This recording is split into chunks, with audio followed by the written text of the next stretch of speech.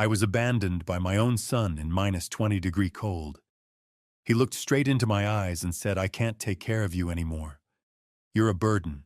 He said that even though just 6 months earlier I had sold my only house to pay off his debts.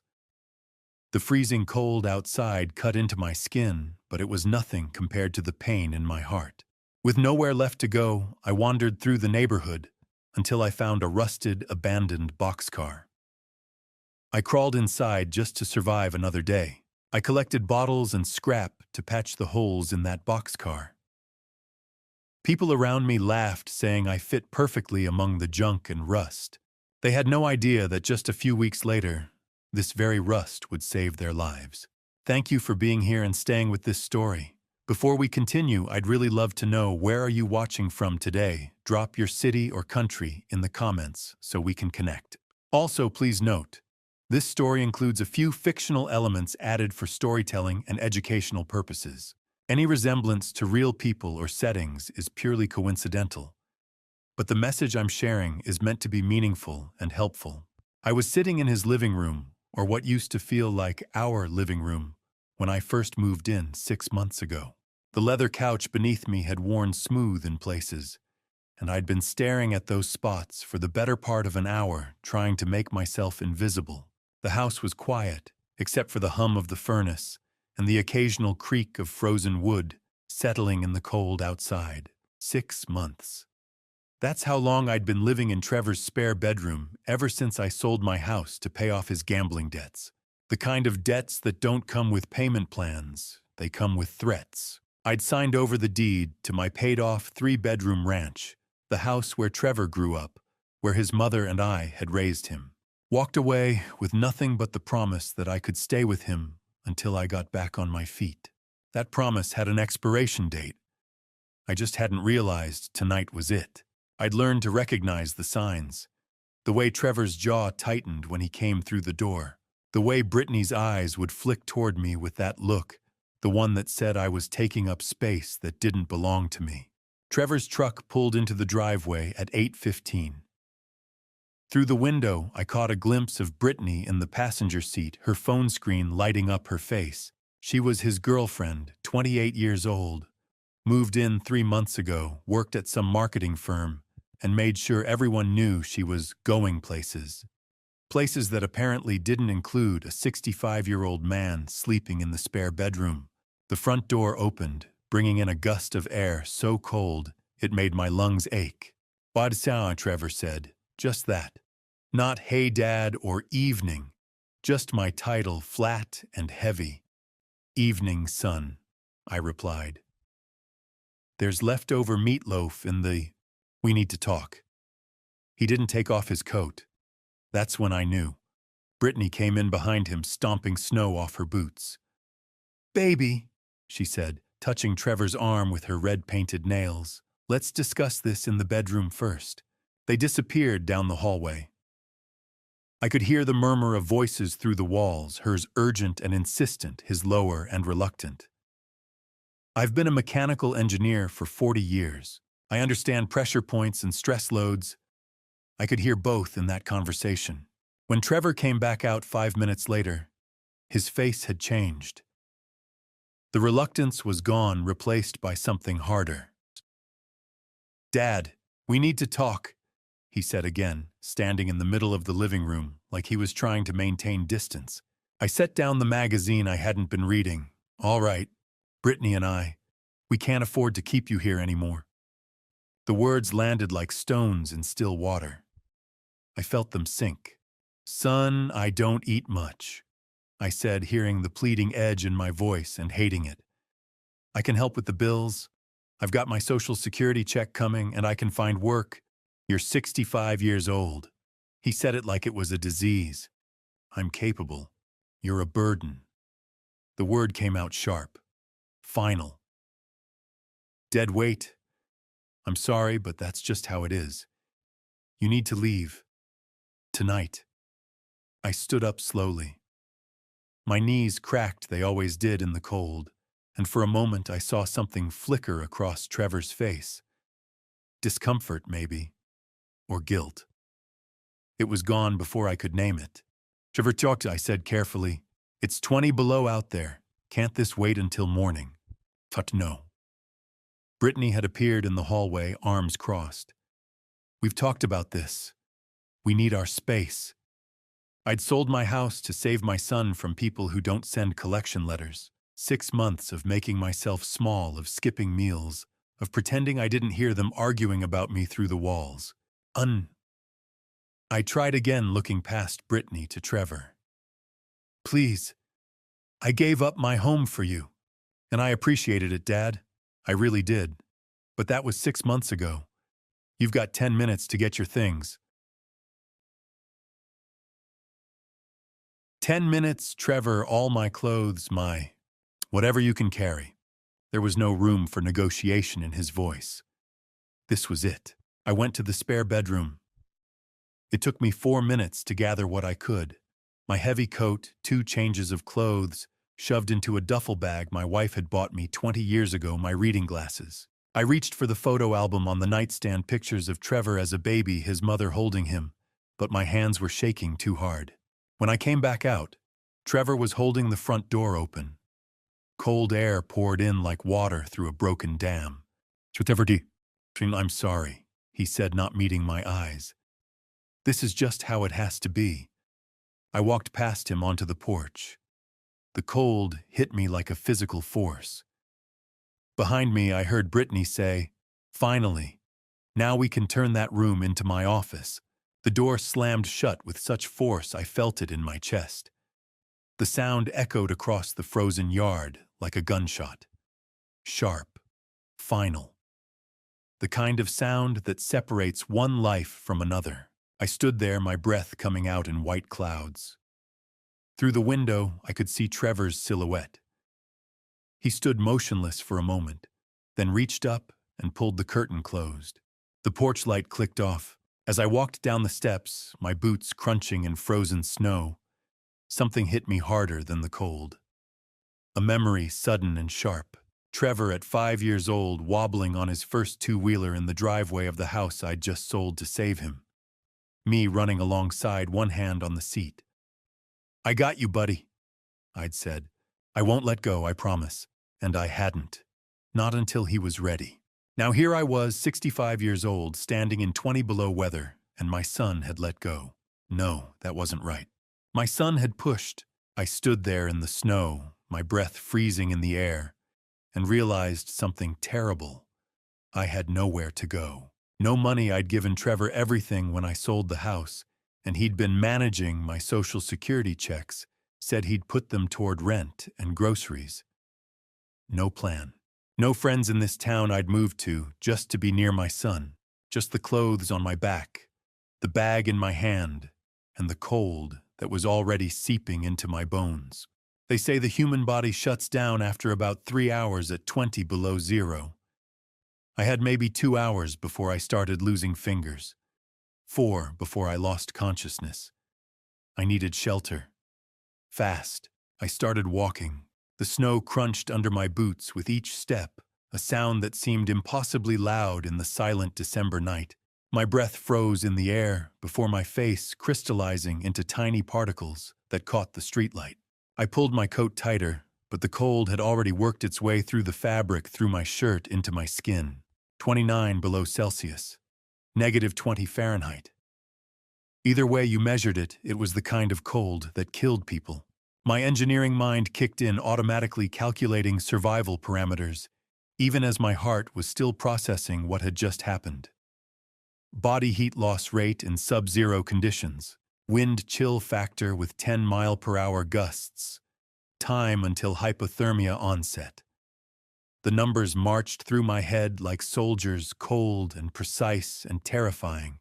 I had to find somewhere warm, somewhere that would take in a 65-year-old man with no money and nowhere else to go.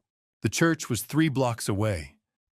I could see its white steeple rising against the dark sky, topped with a cross that caught the moonlight. Reverend Joseph Clark had preached there for 15 years. I'd attended services there when my wife was still alive, back when Trevor was small, and we were still a family. But I kept walking past it. I don't know if it was pride or shame, or just the certainty that the Reverend would look at me with that particular expression, the one that said he was judging my failures while pretending to offer grace. The church helped people, I knew that, but it helped the right kind of people, the deserving poor, not old men who'd somehow managed to lose everything, including their son's love. My fingers were going numb. I flexed them inside my gloves, trying to keep the blood flowing. The duffel bag pulled at my shoulder heavier with each step. The motel was another block down. The Ponderosa Inn, a squat building with a flickering neon sign that read VA_ANCY. I'd driven past it 1,000 times, never imagining I'd be desperate enough to consider it. I stopped at the entrance, looking through the glass door at the small lobby. $30 a night, according to the sign. $30 I didn't have. I kept walking. Grace Coleman's grocery store was dark, but I could see a light on in the apartment above it. Grace was about my age, a widow who'd run that store for 20 years. She knew everyone in town. She'd known my wife. She'd known Trevor as a boy. I stood on the sidewalk across the street looking up at that light. All I had to do was cross the street, knock on her door, explain my situation. Grace was kind. She would help, but the shame was a physical thing now, as cold and heavy as the air around me. To knock on that door would be to admit out loud what had happened. To say the words, "My son threw me out. I have nothing. I need help." I couldn't do it, so I turned away from Grace's light and kept walking toward the edge of town, where the streetlights ended and the railroad yards began. My face had gone numb now. I couldn't feel my cheeks or my nose. My ears burned with a cold so intense it felt like fire. Each breath was painful, the frozen air searing my lungs. The engineering part of my brain was still working, still calculating. I'd been walking for 40 minutes now. At this temperature, with this wind chill, I had maybe 90 minutes left before real damage started. Before frostbite became inevitable. Before my body began the irreversible shutdown that ended in death. I needed shelter, not in an hour, now. The railroad yard sprawled before me, a maze of tracks and equipment silhouetted against the night sky. In the summer, it bustled with activity, freight trains, loading and unloading workers, shouting machinery, clanging. But now, in the dead of winter, at 9 o'clock at night, it was empty and silent. I saw the dim glow first, a single security light, casting a weak orange pool across the snow. Then I saw the shapes, old boxcars lined up on forgotten sidings covered in rust and graffiti. Decommissioned equipment, abandoned, forgotten, just like me. I'd spent 40 years as a mechanical engineer. I'd designed ventilation systems, calculated load-bearing capacities, built things that lasted. But that night, I became something else, an old man breaking into an abandoned boxcar to survive. The metal was so cold, it burned when I touched it. I stood at the edge of the boxcar, one hand pressed against the steel frame, trying to catch my breath. My legs shook from exhaustion and cold. The walk from Trevor's house to this forgotten corner of the rail yard had taken everything I had left. But I was here, and I was still alive. I forced myself to look at the boxcar with an engineer's eye, not a desperate man's hope. Steel frame, good. Wooden slat walls with gaps between them, not ideal but workable. The Union Pacific logo was faded almost to invisibility, which meant this car had been decommissioned years ago, maybe decades. The sliding door was partially open, maybe 2 feet. I grabbed the handle and pulled. Nothing. I pulled harder, leaning back with all my weight. The door groaned, but didn't move. Rust had welded it to the frame. Ice had filled the track it ran on. "Come on," I whispered through numb lips. "Come on." I planted my feet in the snow, gripped the handle with both hands, and pulled with everything I had left. For a moment, nothing happened. Then, with a shriek of protesting metal that seemed loud enough to wake the entire town, the door jerked 6 inches along its track. I rested, breathing hard, my breath forming clouds in the freezing air. 6 inches wasn't enough. A man my size couldn't fit through 6 inches. I pulled again.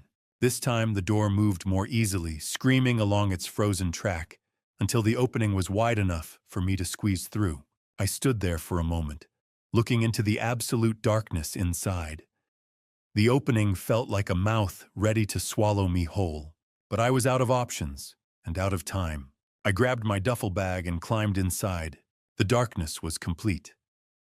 Not the normal darkness of a room at night, but the kind of darkness that exists in sealed spaces where no light has penetrated in years.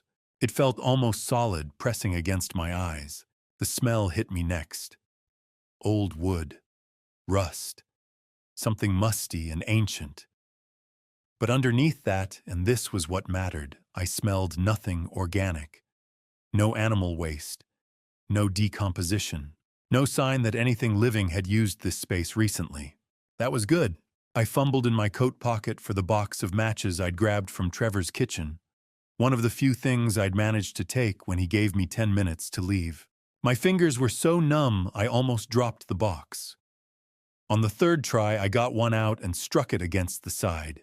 The tiny flame flared to life, impossibly bright, after the absolute darkness. I held it up, turning slowly, taking in my new home. The boxcar was maybe 30 feet long, 8 feet wide. The floor was wooden, dirty, but solid.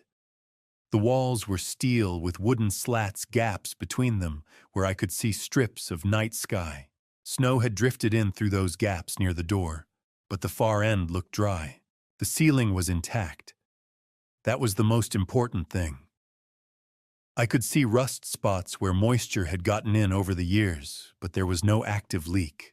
No snow on the floor in the back meant the roof was holding. The walls would block the wind. The roof would keep off the snow. With the door partially closed, the space would hold some body heat. I could survive here. Maybe not comfortably, maybe not for long, but I could survive tonight.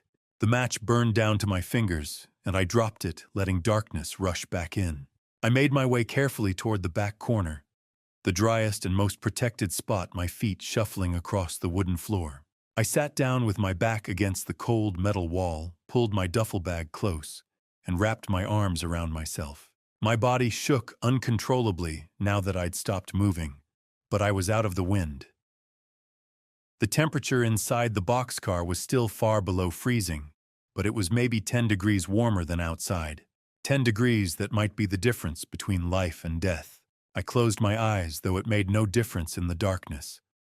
My mind kept replaying the evening, Trevor's face cold and certain. Brittany's voice, "We need that room." The sound of the door locking behind me. The long walk through the freezing night.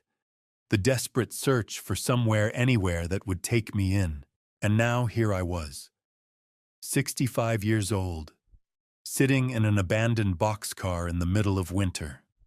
No money, no home, nothing but the clothes on my back and a duffel bag with 2 changes of clothes and a photo album. But I was alive. I sat there in the darkness, back against the frigid wall, and made myself a promise I would not die here. I would survive this, and somehow, some way I would prove that I wasn't worthless. I didn't know how yet. I just knew I had to try. The cold pressed in around me, and I pulled my coat tighter, settling in for what would be the longest night of my life. I woke to frost on my eyebrows. That's what I remember most. Not the cold, though God knows it was cold. Not the hunger or the fear. Just that frost. Tiny crystals that crunched when I touched them, proof that my body had been warm enough through the night to create condensation, to make moisture to stay alive. Small victories, right? That's what you learn to celebrate when everything else is gone. The sun was just starting to come up. These thin strips of light gray, really more gray than gold, they were sneaking through the gaps in the walls. And I could finally see where I was, what I'd gotten myself into. I didn't move right away. Couldn't actually. Every part of me hurt. But I did what I always do, what 40 years as an engineer taught me to do. I took inventory. Fingers. I wiggled them. They moved. Hurt like hell, but they moved. Toes. Same thing. Burning, aching, but there. All 10 of them as far as I could tell. I'd made it. One night down. Listen, I know how that sounds. One night. Like it's nothing. But when you're 65 years old, sitting in an abandoned boxcar at 20 below one night it's everything. I stood up slowly because fast wasn't an option, and I really looked at the place. In the matchlight the night before, I'd seen the basics. Steel frame, wooden walls, roof intact. But now with daylight I could see the problems. Those gaps between the wall slats. Wind was pouring through them. I could feel it on my face, my hands. Every bit of warmth my body tried to make just disappeared through those gaps. I needed to fix that. I pulled out my notebook. Yeah, I had a notebook. Always did. You don't survive 4 decades in mechanical engineering without writing things down. And I made a list, not a fancy one, just priorities. 1, insulation. Seal the gaps. Keep the wind out. 2, heat. Fire somehow. Without burning down my new home or killing myself with smoke. 3, water. You can go weeks without food. Days without water. Maybe less when it's this cold. 4, food, eventually, but not today. I stared at that list. Then at the empty boxcar. Then back at the list. No materials, no tools, no money. But I knew where to find what I needed. The dump was about a mile out. Maybe a little more. So I grabbed my bag empty except for that photo album, the one thing I couldn't leave behind, and I started walking. The snow was... Jesus, it was deep. Knee-deep in places. Every step was work. Real work. Lift your foot high, push through the drift plant, do it again. Over and over. But the sun was coming up proper now. Brilliant. Cold as hell, but brilliant. The whole world was white and gold and so bright it hurt to look at. 40 minutes. That's how long it took me to get there. The dump stretched out forever, piles of furniture nobody wanted anymore. Old appliances, construction, debris, bags of garbage frozen solid. Most people would see trash. I saw possibilities. I started looking. Systematic. That's the word, right? I worked through it, section by section. Burlap sacks torn up dirty, but they'd work for insulation. Newspapers wet at the edges, but mostly good. Paper's excellent insulation if you layer it right. Tin cans. Fabric scraps. Pieces of cardboard. I was pulling this big piece of canvas out from under a pile when I heard footsteps.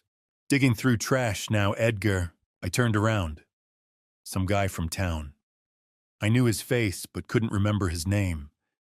He was standing there in his nice, clean coat, looking at me like I was, I don't know, something disgusting. He'd stepped in. That's pretty pathetic, he said. I could have explained myself. Could have told him I was solving a problem, being resourceful, doing what engineers do. But you know what? I didn't owe him that. Didn't owe him anything. So I turned back to the canvas and kept pulling. He stood there a few more seconds. Then he walked off, muttering something. I didn't catch it. Didn't care to. I kept working. By the time I was done, I had quite a pile. The canvas nearly intact, turned out. More newspapers. Those burlap sacks. Tin cans I could use for water. And then here's the thing. Buried under a stack of broken pallets, I found a cast iron pot. About a gallon, I'd say. Had a crack in the bottom. Small one.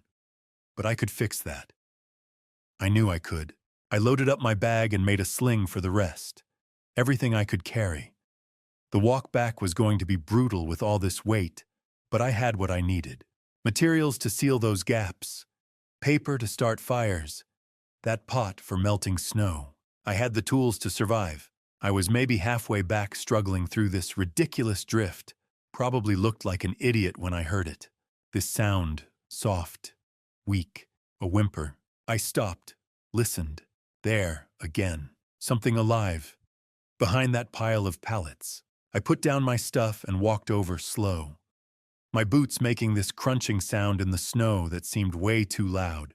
Behind the pallets in this little hollow where the wind couldn't quite reach, I saw it. Something small, something hurt, something that needed help just as much as I did. He wasn't much to look at. Matted yellow fur, one ear torn hanging at this weird angle, ribs showing through the dirt and grime like bars on a cage. But when those brown eyes looked up at me, really looked at me, I saw something I hadn't seen in days. Trust, or maybe hope. I don't know. Same thing, probably. I set down the stuff I'd been carrying, the canvas, the newspapers, all of it, and I moved slow. Real slow. Because scared animals, they bite, and I didn't need that on top of everything else. "Hey there, buddy," I said, kept my voice quiet, gentle. "You're in pretty rough shape, huh?" "Yeah, me too." The dog, because that's what it was under all that filth, let out this weak little bark. More of a cough, really. His tail twitched. Not wagging, just twitched. I crouched down still a few feet away, held out my hand, palm up. Let him get my scent, he sniffed. Cautious. Those eyes never left my face. "I'm not gonna hurt you," I said. And then I thought, Jesus, Edgar, you're talking to a dog. But you know what? It felt good to talk to something. Even if that something couldn't answer back. I reached into my coat pocket. Habit, really. And I felt it, half a piece of bread. Stale as hell, been in there since before Trevor threw me out. The last food I'd taken from that house. I looked at it, looked at the dog, looked back at the bread. My stomach was empty, had been for over a day. But this dog, he was dying.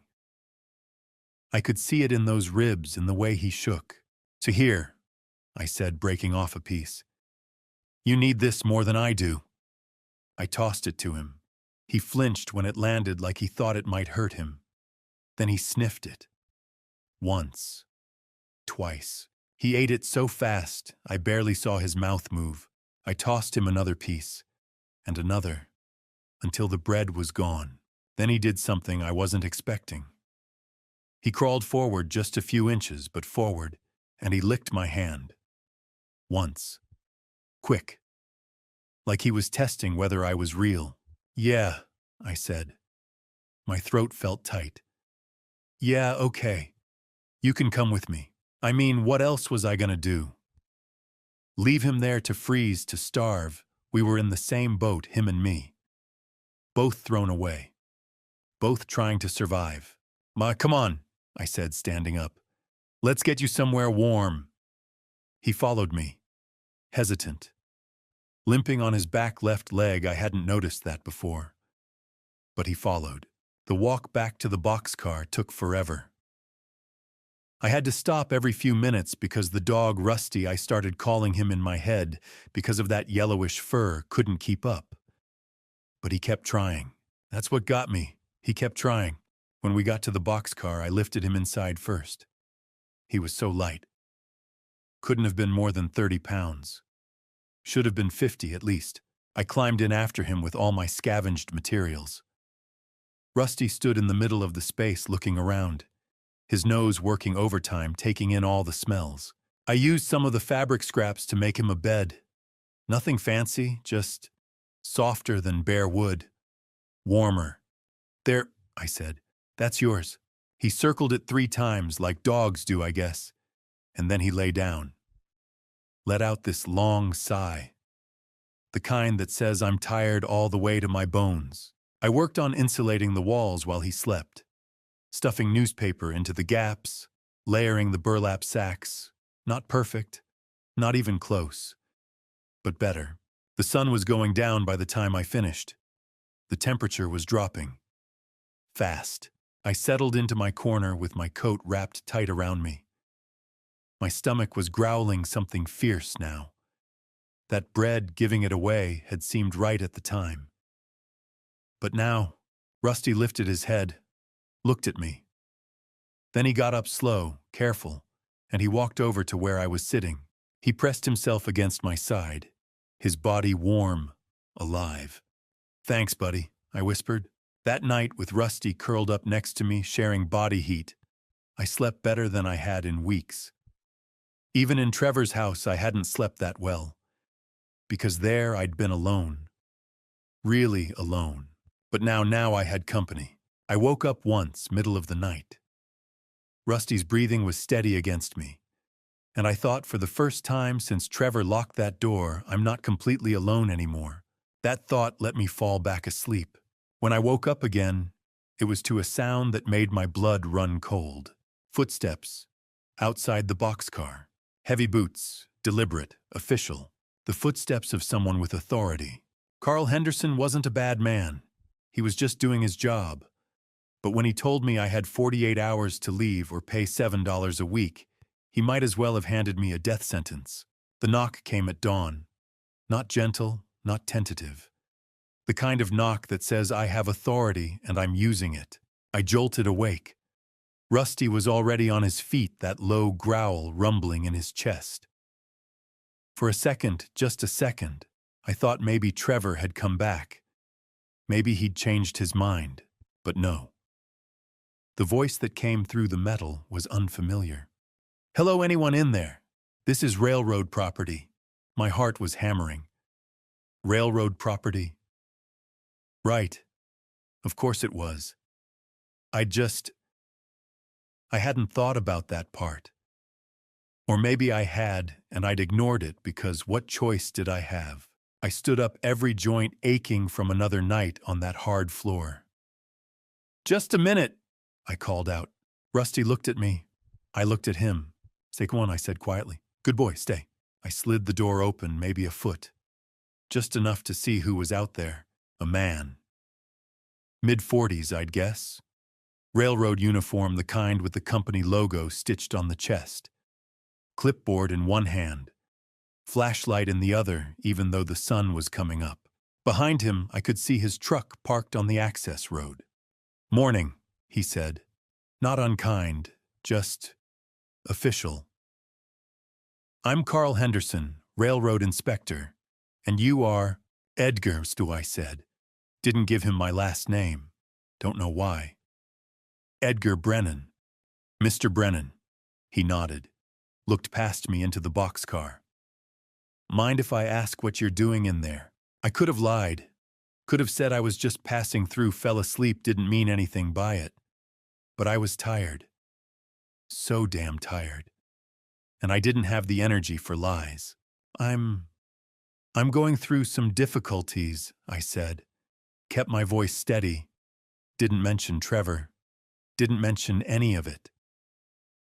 I needed somewhere to stay, temporarily. Carl's expression didn't change much. He'd probably heard stories like mine before, or worse. "I see," he said. He glanced past me again. This time his eyes caught on something, the newspapers I'd stuffed in the wall gaps probably. The burlap sacks. "You've been doing some work in there." "Yes, sir." What else could I say? He wrote something on his clipboard. Then he looked back at me. "Mr. Brennan, I understand you're in a tough spot." "I do. But this is railroad property. Specifically, it belongs to Northern Montana Rail. And you're trespassing." There it was. The word I'd been waiting for. Trespassing. I nodded. Didn't argue. Because he was right. "Now," Carl continued, "I could call the sheriff right now. Have you removed?" "But..." He paused. Looked at me closer. At my worn coat, my hollow cheeks. "But I'm not going to do that." Something in my chest loosened. Just a little. "You've got two options," he said. "You can leave within 48 hours, pack up, move on, and we'll consider this matter closed. Or..." He checked his clipboard. "You can pay rent. $7 a week. $7. I stared at him. $7 might as well have been 700. 7,000. I don't have that right now," I said. My voice sounded strange to my own ears. Small, Carl nodded slowly, like he'd expected that answer. Then I'm sorry, Mr. Brennan, but you'll need to leave. 48 hours. That's the regulation. 48 hours. 2 days. Back out into the cold. Back to… what? The church basement. The streets. Another abandoned building until someone kicked me out of that one, too. I understand, I heard myself say. Carl tucked his pen behind his ear. Started to turn away. Then he stopped. That insulation work, he said, nodding toward the boxcar. That's good craftsmanship.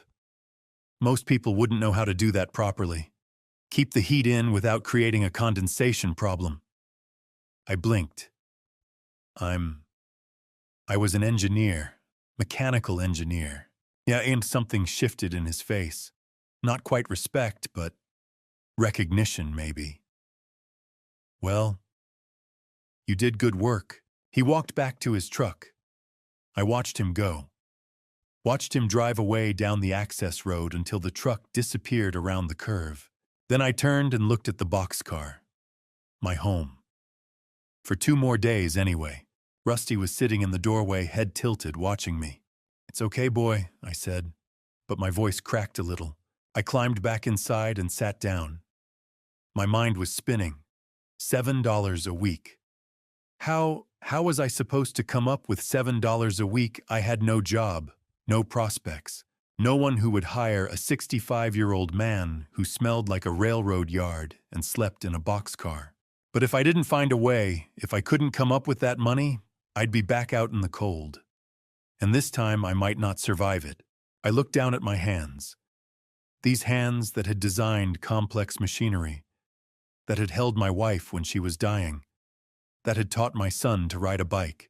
These hands that had built a whole career, a whole life.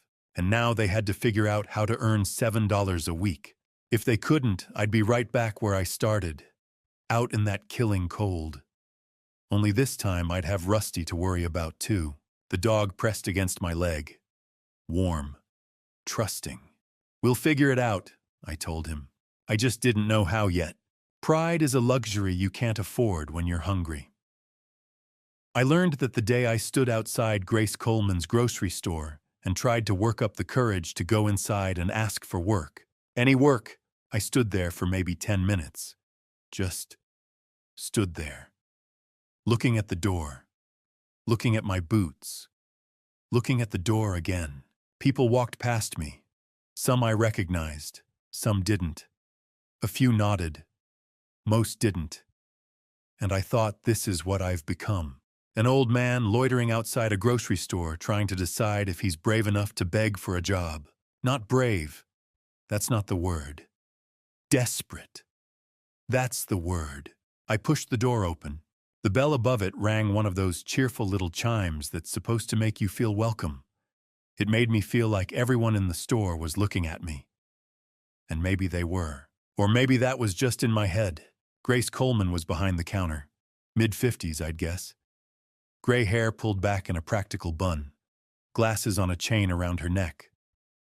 She looked up when I came in. Edgar Brennan, she said. Not a question. Just recognition. Mrs. Coleman. My throat was dry. I was wondering if you might have any work I could do. Repairs, hauling, anything. I'm in a difficult situation right now. She studied me. Not unkindly. Just assessing. The way you might look at a piece of furniture you're thinking about buying. But I heard, she said finally, that you're staying in that old boxcar, out by the rail yard. No point lying. Small town, people talk. Yes, ma'am, I said. Temporarily. Her expression softened a little. Not pity. Something else. Understanding, maybe. I've got some shelving in the back that needs fixing, she said.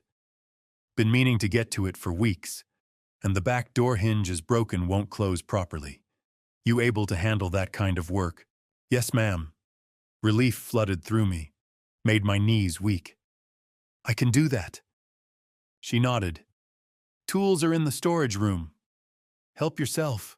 I worked for the next 4 hours, maybe 5. Lost track of time. The shelves first. They were sagging in the middle, too much weight, not enough support. Basic engineering problem. I reinforced the brackets, redistributed the load. Took about an hour.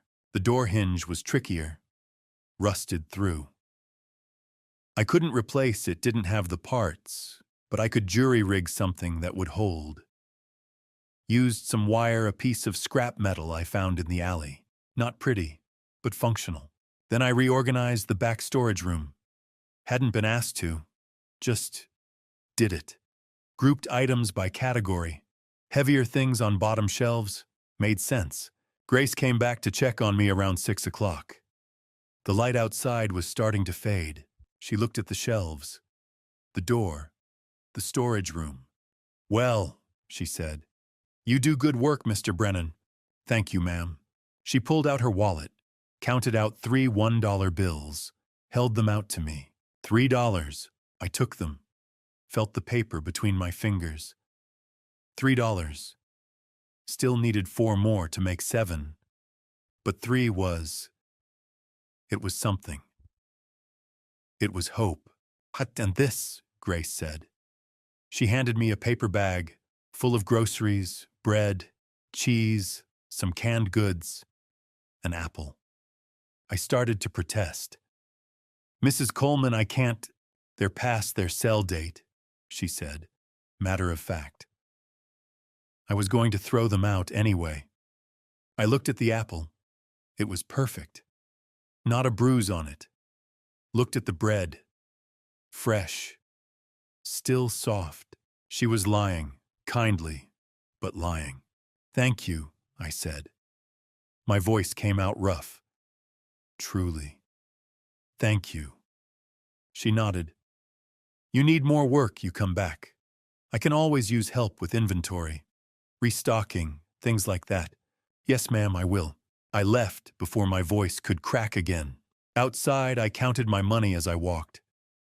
$3 from Grace, plus the 37 cents I'd had in my pocket since before. Since Trevor's house. $3.37. I needed $7 a week, which meant I needed $3.63 more. By the day after tomorrow. 36 hours. The math kept running through my head as I walked. Where else could I find work?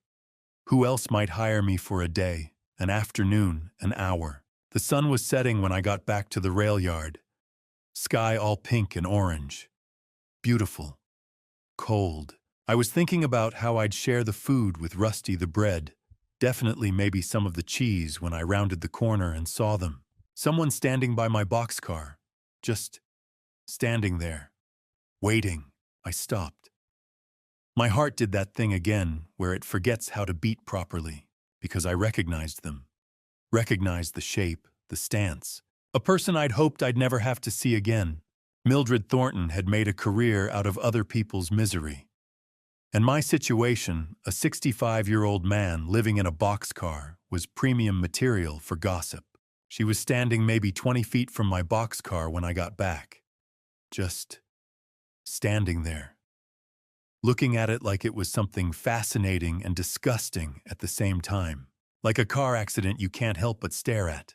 I recognized her immediately. Hard not to. Mildred Thornton, wife of the feed store owner.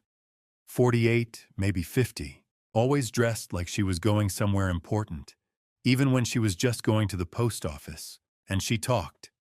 God, did she talk. She turned when she heard my footsteps. Her eyes went wide, not with surprise. With delight.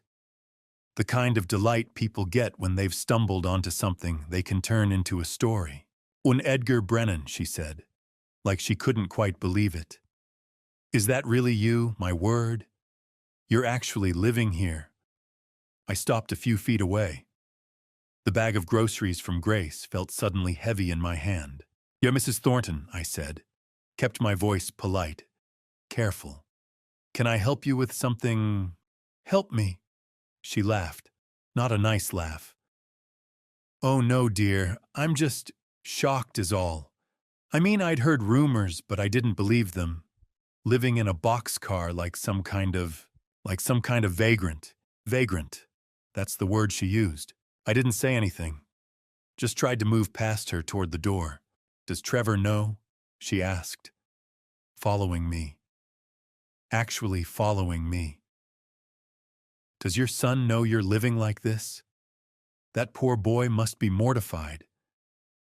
What did you do to make him throw you out? I stopped, turned around. Mrs. Thornton, I said. My voice came out flat, tired. I'm exhausted. Please excuse me. Her expression shifted. Offense. Like I'd insulted her somehow. Well, she said. I'm just trying to understand Edgar. People will talk, you know. They'll want to know what kind of person ends up living in a boxcar. I looked at her. Really looked at her. At her clean coat. Her styled hair. Her judgment. Let them talk, I said. I opened the boxcar door. Rusty was there immediately standing at the threshold, that low growl rumbling in his chest. He didn't like her. Smart dog. Mildred took a step back. And you're keeping a mangy dog, too. Figures. That's just the kind of person who, I didn't let her finish. Stepped inside with Rusty. Slid the door shut. Her voice was still going on the other side. Muffled now, but still going. Something about disgrace and setting a bad example and what would people think. I sat down, my back against the wall. Rusty pressed against my leg. My hands were shaking. Not from cold, from anger, from shame, from the effort of not shouting at her, not telling her to mind her own damn business, not explaining that her precious feed store owner husband had propositioned my wife at a church picnic 15 years ago, and I'd never told anyone because what was the point? I didn't owe her my story, didn't owe her anything, but I knew what was coming. Tomorrow, I said to Rusty. He looked up at me with those brown eyes. By tomorrow noon, everyone in town will know, and they'll all have opinions. He licked my hand, like he was saying it's okay, like he didn't care what anyone thought. Yeah, I said. Yeah, you're right. I shared the bread and cheese with him. We ate in silence. The apple I saved for morning. Outside, I could hear Mildred's footsteps finally walking away. Back to town. Back to her husband and her phone and her circle of friends who loved nothing more than picking apart someone else's life. I tried not to think about it. Tried to focus on what mattered, the $3.37 in my pocket. The fact that I still needed $3.63 more. That I had 30 hours left to find it. But my mind kept drifting to tomorrow. To walking into town for work. To the looks. The whispers. The way people would suddenly remember they had somewhere else to be when they saw me coming. I'd been through worse. Lost my wife. Lost my home. Lost my son. I could handle gossip. Couldn't I? I lay down that night with Rusty curled up next to me. The boxcar was warmer now with the insulation I'd added. Not comfortable, but survivable. I stared at the ceiling at the rusted metal panels catching moonlight through the gaps, and I thought about dignity, about what it means. Whether it's something you have or something you choose, I chose it. Right then. Whatever Mildred Thornton said about me, whatever the town thought, I'd keep choosing it. I was right about the timing, though. By noon the next day, I'd become the town's favorite topic of conversation. And not in any way that made my life easier. The knock came mid-morning. Different from Carl Henderson's knock. This one was gentler. Patient. I opened the door expecting trouble. Instead, I found an old man. White beard. Face weathered like driftwood. Holding a beat-up metal toolbox that looked older than I was. "Heard you were living here?" he said. No judgment in his voice, just fact. "Thought you could use some help." I stared at him. I don't know you, sir." "Chester Lawson." He held out his hand. I shook it. His grip was still strong. Worked for the railroad 40 years before my body gave out. I know boxcars. I didn't know what to say to that. So I stepped back, let him in. He climbed inside with surprising agility for a man his age. Set his toolbox down. Then he stood there, hands on his hips, looking around. "Not bad for a first try," he said finally. "But you're doing a few things wrong." I bristled a little at that. Couldn't help it. Wrong. See that? He pointed at the burlap sacks I'd stuffed into the wall gaps. "You're packing them too tight. Air needs space to hold heat. You want them loose, then layer newspaper over top."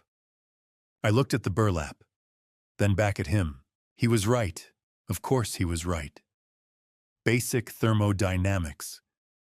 I'd been so focused on blocking the wind that I'd forgotten about trapped air being the real insulator. "Oh," I said. Felt stupid. "Yeah, you're right." Chester smiled. Not mean. Just understanding. "You're an engineer, aren't you? I can tell." Engineers always try to overthink things. "A mechanical engineer," I admitted. "Retired." "Thought so." He opened his toolbox. "Come on, I'll show you." For the next few hours, Chester taught me things I should have known but didn't. Things about surviving in a boxcar that you only learn by actually doing it. How to properly insulate. Loose material, air pockets, then a vapor barrier that's your newspaper to stop condensation. How to build a fire pit that wouldn't burn through the floor. Wood'll scorch through eventually. Need a metal sheet underneath. And bricks if you can get 'em. Something that'll hold the heat, but not conduct it straight to the floor. How to create cross-ventilation without letting all the heat escape. Smoke needs a way out, but you don't want wind blowing straight through. See, you need baffles. Indirect airflow. Where to find coal. Freight cars drop chunks when they're loading. Check near the tracks. Good stuff burns hotter and longer than wood. We work together. 2 engineers, one young in spirit, one old in body, solving a problem the way engineers do. With logic. With practical solutions. With our hands. Chester told me stories while we worked. About living in boxcars for 5 years while building the Transcontinental Railroad. About winters so cold the metal would crack. About the tricks you learn when your life depends on it. You marry good materials with good technique, he said, and you can survive damn near anything. "I don't know how to thank you," I said at one point. My throat tight again. Seemed to happen a lot lately. Chester waved a hand. "Don't need thanks. I see it in your eyes, you're a fighter. You'll make it through." "I'm not so sure about that." "I am." He looked at me. Really looked at me. "You know what the difference is between people who survive and people who don't? It ain't strength. It ain't luck. It's stubbornness. And mister, you got stubborn written all over you." I laughed. First real laugh I'd had in, God, I couldn't remember how long. When the work was done, when the boxcar was properly insulated, when the fire pit was safe and functional, when I understood how to keep myself alive through the rest of winter, Chester closed up his toolbox. "Here," he said, pushing it toward me. "Consider this a loan. Give it back when you're on your feet." "Oh, Chester, I can't." "You can. You will." He climbed out of the boxcar, stood there in the doorway silhouetted against the afternoon sun. "You come by my place if you need anything else. Address is in the toolbox, little note inside the lid." "Why are you helping me?" The question came out before I could stop it. Chester smiled. Sad. "Because 30 years ago I was you, and someone helped me. That's how it works, son. We help each other." He walked away before I could say anything else. Just walked away. Back toward town.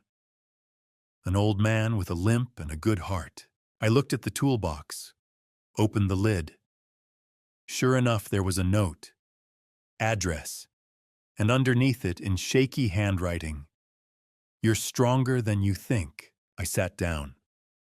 Rusty came over, pressed his head against my knee. The boxcar was warmer now. Really warmer. Chester's work had made a real difference. The gaps were properly sealed. The fire pit was safe. I had a chance now. A real chance. But I still had $3.37 in my pocket. I still needed $3.63 more. And Carl Henderson would be here any minute to collect. Sometimes compassion comes from the most unexpected places. Carl Henderson taught me that the day he looked at the coins in my palm and made a decision that probably broke every railroad regulation in the book. I heard his footsteps before I saw him, recognized the rhythm, that same measured pace from before. I'd already packed. Spare clothes, the photo album, what little I couldn't leave behind. If this was the end, I'd walk out on my own terms. The knock came. I opened the door. "Mr. Henderson." My voice came out steadier than I felt. "I've prepared to leave if that's what's required." He didn't answer right away. Just looked past me into the boxcar. His eyes moved slow, deliberate, taking in the insulation work, the fire pit, the way everything was organized, now functional. "You've been working," he said finally. "Yes, sir." I pulled out what I had, held it toward him. "I know it's not enough, but if you could give me one more week." "Stop." He held up a hand, closed his eyes for a second. "Just stop." The silence stretched. I could hear my own heartbeat, hear Rusty breathing somewhere behind me in the boxcar. Carl looked at me, then at the money, then back at the boxcar. "I have a daughter," he said, quiet, like he was telling me a secret. "Hannah. She's 7. I didn't understand, didn't know what to say, so I waited, if something happened to me." His voice got rougher. "If my wife and I were gone, if Hannah ended up like you are now, alone with nowhere to go, I'd hope to God someone would show her mercy." My throat went tight. Couldn't breathe right. "Keep your money, Mr. Brennan." He said it firm, final. "You've got until Friday, next Friday. Can you manage that?" I nodded. Couldn't speak yet. "So you good?" He started to turn. Stopped. "This boxcar, it's built better than most houses I've seen. You should be proud of that." "I had help," I managed. "Chester Lawson." Something shifted in Carl's expression. Almost a smile. "Chester's the best of us. Listen to him." Then he walked to his truck, climbed in, drove away. I stood there watching until the dust settled and the road was empty again. Then my legs just gave out. I sat down hard on the floor, right there in the doorway. Rusty came over immediately, pushed his head into my chest. I wrapped my arms around him and I just held on, because this was mercy. Real mercy. The kind you don't earn. The kind someone gives you because they choose to see you as human instead of as a problem to solve. And I didn't know what to do with that. My whole life I'd earned things, worked for them, proved I deserved them. But this Carl had looked at me, at this pathetic old man living in a boxcar, and he'd chosen kindness over regulation, humanity over policy. Why us? Because of a 7-year-old girl he was terrified might one day need the same thing. I buried my face in Rusty's fur. Let myself feel it. The fear that had been crushing my chest for days. The relief that made my hands shake. The overwhelming weight of being seen, of being given a chance. "We got a week," I whispered to Rusty. "1 week to prove we deserve it." He licked my face, like he was saying, "You already do." I wanted to believe him. I wanted to believe Carl was right. That I'd built something here worth keeping. That I was more than what Trevor had said I was. More than what Mildred Thornton was telling the whole town. But believing it and proving it were two different things. I spent that evening organizing what I had. The tools Chester had loaned me, the supplies I'd scavenged, the small store of coal I'd found by the tracks. Everything had its place now. Everything had purpose. The boxcar was warmer than Trevor's house had ever been. Not just temperature, something else. Something I'd built with my own hands. But warmth doesn't pay rent, and I knew that when I walked into town tomorrow, people would be watching, waiting, some hoping I'd succeed, most expecting me to fail, because that's what small towns do. They watch, they judge, they place bets on your life, and wait to see if they called it right. I had 1 week to prove them wrong. 1 week to find enough work that people would look past the gossip, past the shame, past the man living in a boxcar and see, what, an engineer, a father, someone worth hiring. I didn't know, but I knew this failing wasn't just about losing the boxcar. It was about proving Trevor right, proving Mildred right, proving to myself that everything I'd thought I was, everything I'd built in 40 years of work, had been wrong all along. I couldn't let that happen. I looked at Rusty curled up by the fire pit now, content, trusting. Tomorrow we start over, I told him. Tomorrow we show them. He opened one eye, looked at me, closed it again. Yeah, he had the right idea. 1 day at a time, 1 job at a time, $1 at a time, 7 days to build a life. I could do that. I had to. Being invisible is lonely, but being visible and ignored, that's a special kind of torture. I learned that over 4 days of walking through town, 4 days of knocking on doors, 4 days of watching people look at me, really look at me, and then decide I wasn't worth their time. Day 4, the hardware store first. Made sense, right? I knew tools, new repairs, new building. The owner was restocking shelves when I walked in. He looked up, saw me. His expression changed. Not hostile, just closed. Morning, Edgar. Morning, Tom. I kept my voice steady, professional. Saw you had a help wanted sign. I'm available if you need someone. Sorry, Edgar. He said it fast, too fast. Position's been filled. I looked at the window. The sign was still there. Big letters. Help wanted. Oh, I said. Must have just happened. Yeah, just this morning. We both knew he was lying. I could see it in his face. He could see that I knew. Well, I tried to smile. Thanks anyway. I walked out. The sign stayed in the window. Day 5. The diner at lunchtime. Busy. Loud. The manager was hauling plates when I caught her attention. We need younger staff, she said. Didn't even let me finish asking. Sorry, nothing personal. I was 65, not 90. I could lift, could work, could move. I understand, I said anyway. Later that afternoon, the gas station. I was halfway across the lot when the owner saw me coming. He looked right at me, shook his head once, then turned and walked back inside his shop. Didn't even let me ask. I stood there in the cold, watched my breath cloud in the air, felt something inside me start to crack. Day 6. I was walking through the town square when I heard them. Young voices, laughing. Hey, Boxcar Bob. I didn't turn around. Kept walking. Yo, Bob, find any good trash today? Bobby Thornton, 22 years old. Never held a job longer than 3 months. His father owned the feed store William Thornton, Mildred's husband. The kid had his mother's mouth and his father's mean streak. More laughter, his friends joining in. I kept walking. My dad says you must have done something really bad, Bobby called after me. For your own kid to throw you out like that. My hands clenched. Kept walking. Their laughter followed me 3 blocks. Later I was near the church when Reverend Clark stepped out. Like he'd been waiting. Edgar. He had that voice.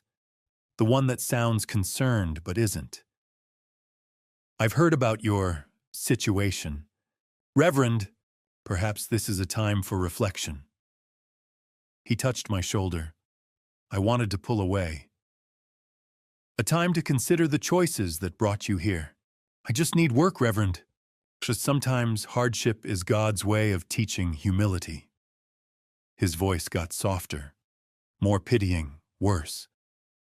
Have you considered examining what led you to this place? I looked at him, really looked at him, in his warm coat, his clean collar, his certain righteousness. When I examine that every night, I said, quiet. In the cold, Reverend, I examine it plenty. I walked away before he could say anything else. Day 7, I'd been avoiding it, taking longer routes, going blocks out of my way. But I was tired, so tired. And it was the shortest path back, so I walked past Trevor's house. I didn't mean to stop, didn't mean to look. But there were lights in the windows, smoke from the chimney, warmth, home, everything I used to have. I saw movement inside, a shadow crossing past the window. Trevor, he turned, saw me standing there in the street. Our eyes met through the glass. For 1 second, just one, I thought he might come out, might say something, might, I don't know, acknowledge I existed. Instead, his face went hard, cold. He reached up and pulled the curtain shut, just like that, closed me out, closed me away.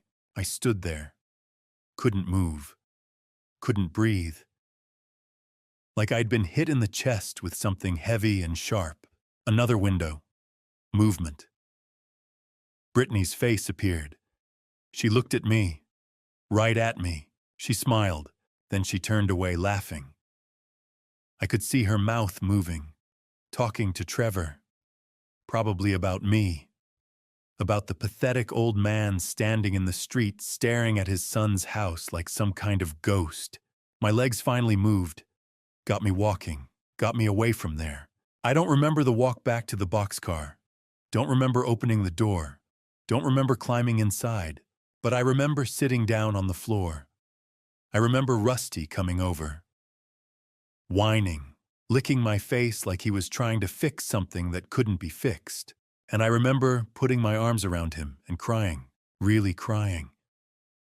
For the first time since Trevor locked that door, since I lost everything, since I became this thing people crossed the street to avoid, I cried until I couldn't breathe, until my throat hurt, until there was nothing left.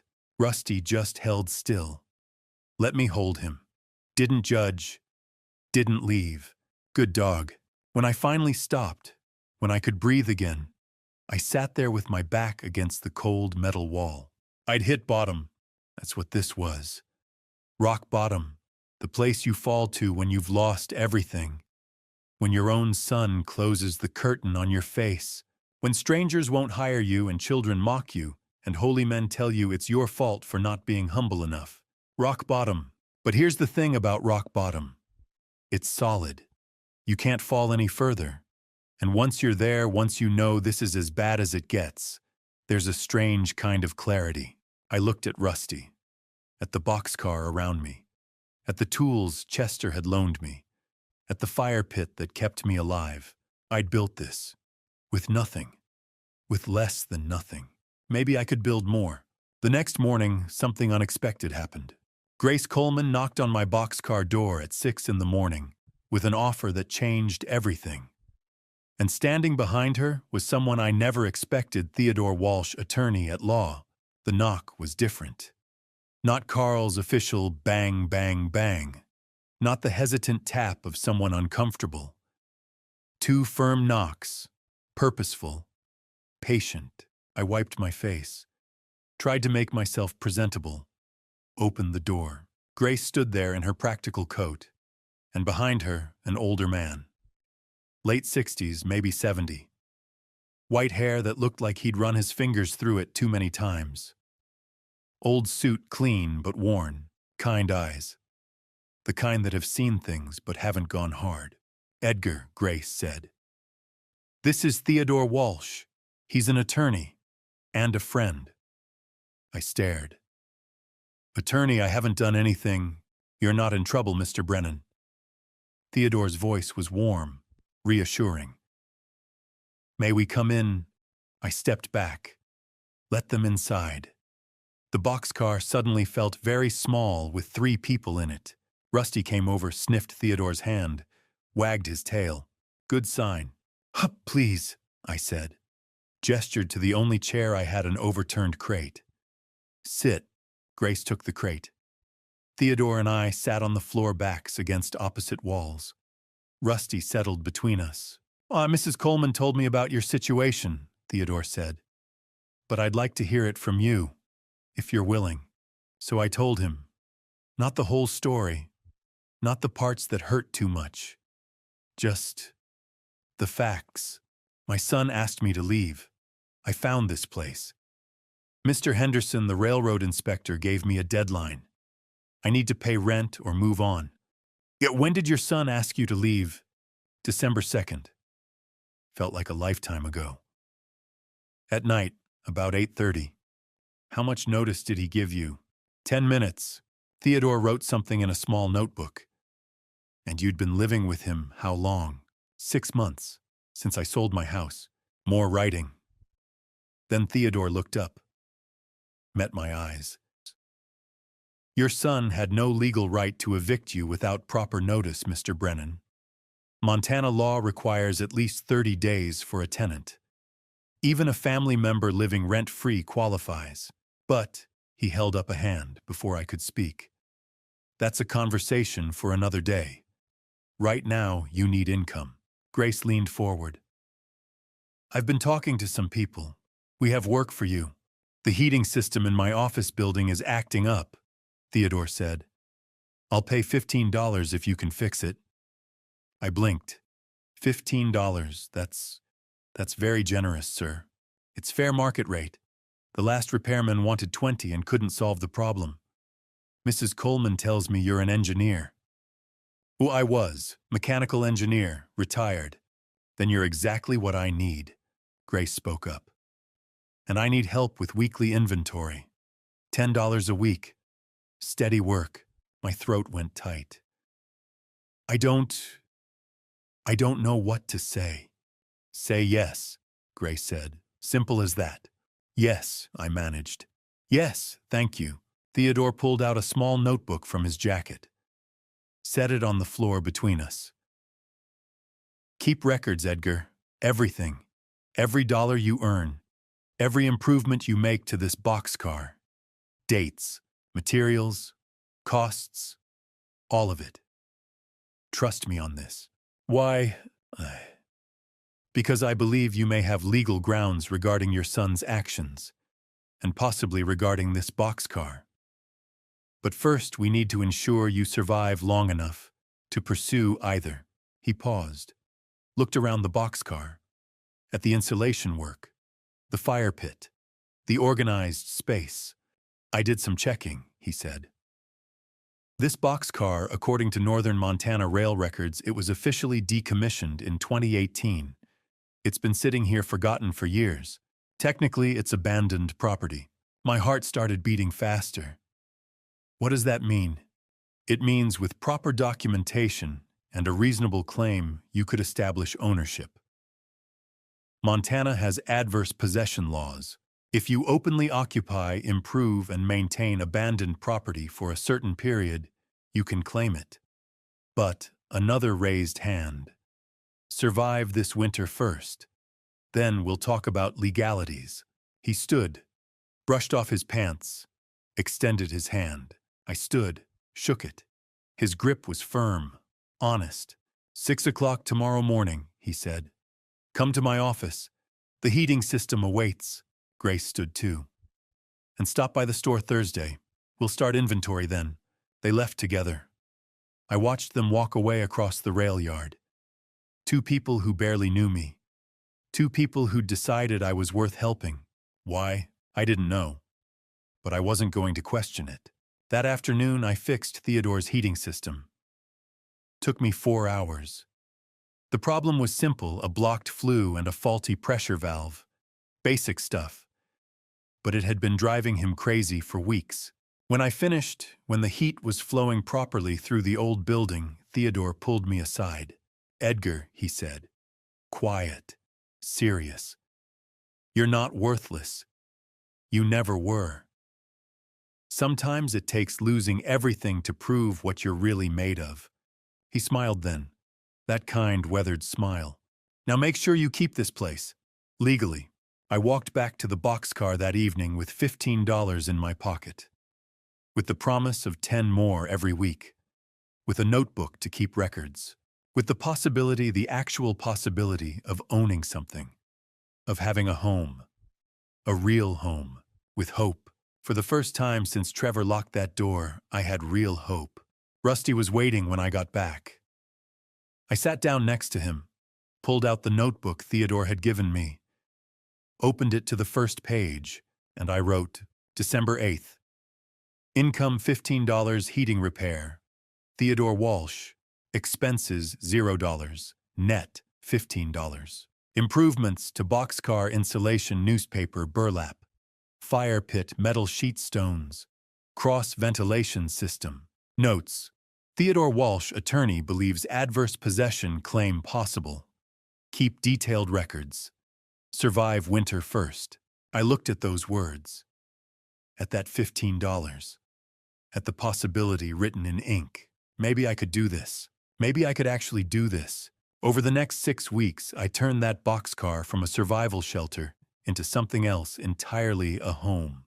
Weeks 1 and 2, mid-January hit hard. Temperature dropped to 30 below some nights. But I had work now. Real work. Theodore's heating system turned out to be more complicated than I'd thought. Took me 2 full days. Ancient boiler, corroded pipes, pressure regulator that hadn't been serviced in probably 20 years. But I fixed it.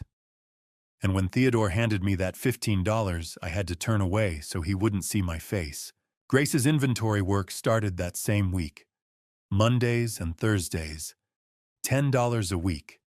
Steady. Reliable. I'd show up at 6 in the morning, help her count stock, organize deliveries, move the heavy stuff she couldn't manage alone. And I built. First thing, a sleeping platform. Used pallets from behind the lumberyard. Scrap wood nobody wanted. Raised it 2 feet off the floor so the cold couldn't seep up from below. Chester came by, looked at it, nodded once. That nod meant more than any compliment.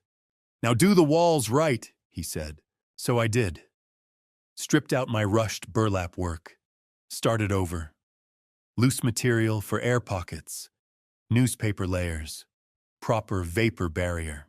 It took 3 days, but when I finished, the temperature inside, the boxcar jumped 15 degrees. The fire pit got a metal base. Chester supervised that. "You burn through that floor, you're done," he said. "No second chances with fire." End of week 2, Carl came for rent. I had it ready, $7, exact change. He counted it, looked at me, looked at the boxcar, the improvements already visible, nodded, then left. Weeks 3 and 4, early February. Still brutal cold, but I was learning. I built a water collection system. Controlled snow melt using the heat from the fire pit. Channeled it into clean tin containers. Not fancy, but it worked. The door was next. Every gap sealed. Weather stripping made from torn fabric and tar paper. Cut the wind penetration by 80%. Maybe more. Then I added a porch. Just a small one, 6 feet by 4. Scrap lumber and a salvaged piece of corrugated metal for the roof. Kept the weather off the door. Gave me a place to store firewood where it stayed dry. Theodore's heating job paid out that week. Another $15. I almost cried when he handed it to me. "You do good work, Edgar," he said. "Don't forget that." I wrote everything in the notebook. Dates, expenses, improvements, materials. Theodore had been right about keeping records. It was starting to matter. Total income so far, $47. Paid to Carl, $28. 4 weeks at 7 each. I was surviving. More than surviving. I was building something. Weeks 5 and 6. Late February brought a false spring. 3 days where the temperature hit 40. The snow started melting. I knew it wouldn't last, but I used those days. Paint first. Found 6 cans at the dump. Faded blue but clean. I painted the outside of the boxcar. Made it look less abandoned, less forgotten. Then windows, 2 small ones. Glass from a demolished building. Chester helped me install them properly, sealed them tight. Let light in without letting heat out. Inside, I organized everything. Storage area, sleeping area, a little workshop corner for tools. Chester brought me some old books. I built a small shelf for them, found a cracked mirror at the dump, hung it on the wall. Reflected the lamplight made the space feel bigger. And through it all, I kept the notebook. Every improvement, every dollar, every material source. Grace kept bringing expired food, fresh bread, perfect apples, vegetables that had maybe one more day on them, she'd say. We both knew she was lying. I accepted it with as much dignity as I could manage, and thanked her every time. Chester came by at least once a week, always teaching. See this plant. He'd point to some scraggly thing poking through the snow. Edible. Tastes like hell, but it'll keep you alive. He showed me how to set rabbit snares. I caught 3 over those 6 weeks. Skinned them, cooked them. Nothing wasted. You coal, he said one day. Took me along the tracks. Freight cars drop it when they're loading. Look here and here. Good chunks. Burns hot. I collected 2 burlap sacks full that day. And Rusty. God, Rusty transformed. His coat got shinier. Ribs stopped showing. He started playing again, chasing birds, digging in snow, acting like the dog he should have been all along. Some nights I'd sit with him by the fire pit, both of us warm, both of us fed, and I'd think about how far we'd come. Then the warning started. Late February. The radio mentioned a major weather system forming over the Arctic. Chester came by one evening. Stood outside the boxcar looking up. "You see those birds?" he asked. Pointed at a flock of crows flying south. "What about them? When crows fly south in February, something bad's coming. Stock up, Edgar. I've seen this before." I took him seriously. Started gathering extra coal, extra wood, extra food. And I noticed something else. A man walked past the boxcar one day. Stopped. Stared. Said to his companion, "Huh, that actually looks livable." First sign the town was noticing. Noticing what I'd built. What I'd done with nothing. By week 6, I'd earned $174 total. 15 from Theodore. 6 weeks at 10 from Grace. Some odd jobs here and there, fixing Mrs. Henderson's back door for $5, repairing a fence for another $3. I'd paid Carl $42. 6 weeks at 7. And I'd saved $132. Every penny I didn't absolutely need went into a tin box under my sleeping platform. The boxcar wasn't just shelter anymore. It had windows, a porch, paint, organization, warmth. It felt like a home. By the first week of March, I'd transformed a forgotten rail car into something that could survive a Montana winter. The railroad company still hadn't noticed. The town was starting to. And somewhere over the Arctic, a storm was forming. The sky turned the color of old bruises on March 8th. Chester took one look and said, 3 days, maybe 4. Then all hell breaks loose. I woke that morning to light that felt wrong. Not dark, not bright. Just off. Like the air itself was holding its breath, I stepped outside. The pressure hit me immediately. That weird weight in the atmosphere that comes before something big. The sky was purple-gray, heavy, threatening. Chester showed up within the hour. Didn't knock. Just appeared at my door like he'd been summoned. "It was how long?" I asked. 3 days, he said, looking at that sky. Maybe 4. Then it hits. How do you know? He looked at me. 75 years of Montana winter in those eyes. I just do. By noon, the radio confirmed it. The National Weather Service has issued a blizzard warning for northern Montana and southern Canada. A historic winter storm system is expected. Anticipated snowfall 4 to 6 feet. Duration 7 to 10 days. Wind chill temperatures -40 to -50 degrees Fahrenheit. This will be a life-threatening event. Seek shelter immediately. I sat there listening. Rusty pressed against my leg. 7 to 10 days. I looked around the boxcar. At everything I'd built. Everything I'd prepared. Was it enough? Guess we're about to find out, I said to Rusty. March 8th through 10th. Preparation. I made a list. Engineer's habit. Check every item before the deadline. Coal 80 pounds. Enough for 14 days if I was careful. Check. Food, canned goods, dried beans, rice. 10 days for 2 living things. Check. Water. Every container filled. Snow could be melted if needed. Check. Medical supplies, basic first aid kit. Grace had given me bandages, aspirin. Not much, but something. Check. Insulation. Every gap sealed. Every crack stuffed with newspaper and tar paper. Check. Fire pit checked it 3 times. Metal sheet secure. Won't burn through the floor. Check.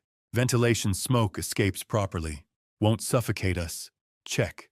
I brought every piece of dry firewood inside. Stacked it against the wall. No exceptions. Everything that could freeze or blow away came inside the boxcar. Everything. Chester came by on the 9th. Brought 2 wool blankets. You'll need these, he said. Now, Chester, is this going to be as bad as, worse than 72? That storm killed 47 people. I swallowed. Should I go to the depot? Carl mentioned a shelter there. Chester looked around my boxcar. At the insulation, the fire pit, the organized supplies. So this place is more solid than that depot, he said. You got good insulation, proper ventilation, controlled fire. Stay here. You'll be safer. We reinforced the door seal together. Extra layers. Extra protection. If it gets bad, Chester said before he left, people will come here. Be ready for that. I nodded. Didn't fully understand what he meant. Not yet. Carl showed up late afternoon on the 10th, the day before. Mr. Brennan, the railroad's opening emergency shelter at the depot. My family will be there. You should consider. I appreciate the offer, Carl, but I think I'm better off here. He looked around, saw the preparation, the supplies, the organization. You did your homework, he said. I had good teachers. If it gets bad, really bad, the offer still stands. For you and anyone else who needs it. Thank you, but I think I'll be okay. He left looking worried. That evening, I sealed the last gaps. Checked the fire pit one final time. Made sure the coal was dry and accessible. Filled the last water containers. Rusty wouldn't settle. Kept pacing to the door. Whining. I know, buddy, I said. Something's coming. The temperature was dropping fast. 15 below when the sun set. At 11:45 that night, the first snowflakes started falling. Within 30 minutes, I couldn't see 5 feet past the door. The wind picked up, started howling, screaming, shaking the walls of the boxcar. I added coal to the fire, wrapped a blanket around my shoulders. Rusty pressed against my legs. Midnight, that's when it hit. Full force. The wind sounded like a freight train, made entirely of ice and fury. Snow wasn't falling anymore, it was being thrown sideways, horizontal, hitting the boxcar like fists. The temperature dropped, 25 below. Still falling.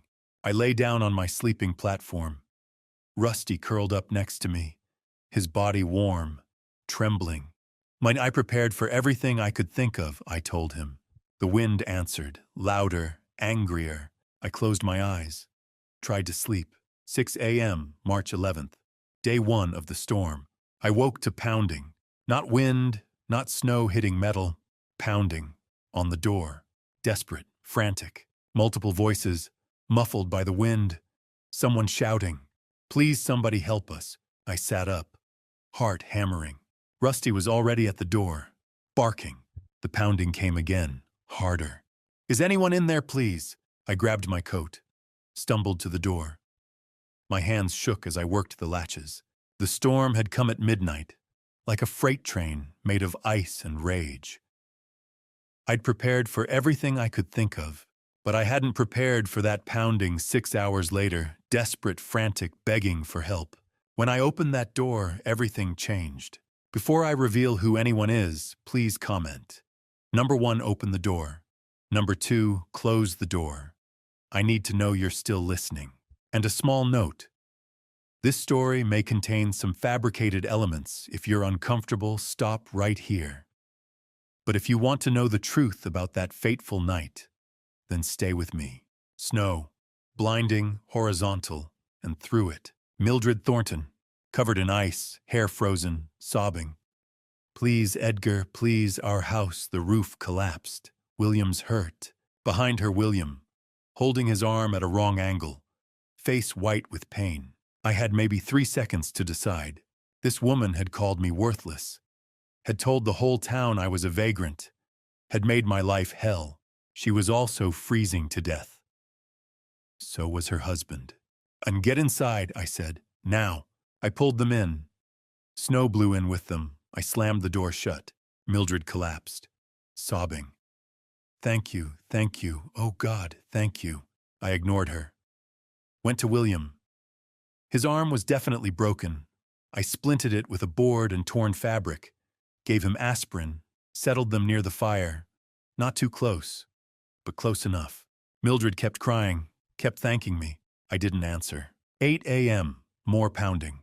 Bobby Thornton, the kid who'd called me Boxcar Bob, who'd mocked me in the town square, soaked through, shaking so hard his teeth were chattering, alone. "Mr. Brennan, I'm sorry." Voice cracking, terrified. "I'm so sorry for what I said. Please, I know I don't deserve. My parents' house is flooded. They made it to the depot, but I couldn't get there in time. Get in here before you freeze to death." I pulled him inside. He stared at me. Shock. Disbelief. "You. Why would you help me after?" "Because that's what people do," I said. "Sit by the fire." 10 a.m. Another knock. Reverend Clark. Haggard. Frozen. "Edgar the First. I was wrong about you. Wrong about everything. The church roof is compromised. I have nowhere, can I?" "Reverend, get inside before we both freeze." He came in, saw me tending to the others, caring for people who'd hurt me. "You're a better Christian than I ever was," he said quietly. Known, urgent pounding, desperate.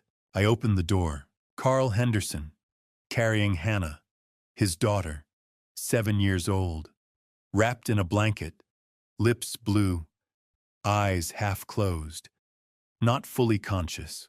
His wife Sarah supporting them. All 3 in bad shape. "Edgar, please." Carl's voice broke. "We tried to make it to the depot. Car got stuck. Hannah, she's too cold. Please." "Give her to me."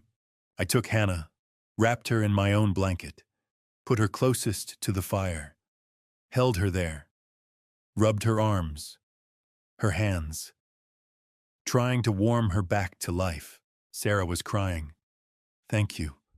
Oh God, thank you." Hannah's color started coming back. Slowly, pink replacing that terrible blue. Carl watched me save his daughter. I saw it in his face. The realization. He'd almost evicted me, almost sent me back into that cold. And now I was saving his child's life. The afternoon brought more. Grace Coleman. Her store had flooded. Chester Lawson. Even his cabin was too cold. 3 neighbors. Different emergencies. Same desperation. Each time I let them in, no hesitation. The space got crowded. Really crowded. I organized it like I'd organize a project. Sleeping areas. Food rationing. fire management shifts. 14 people by 6 p.m. Then at 7, one more knock. Different from the others. Hesitant. Almost ashamed.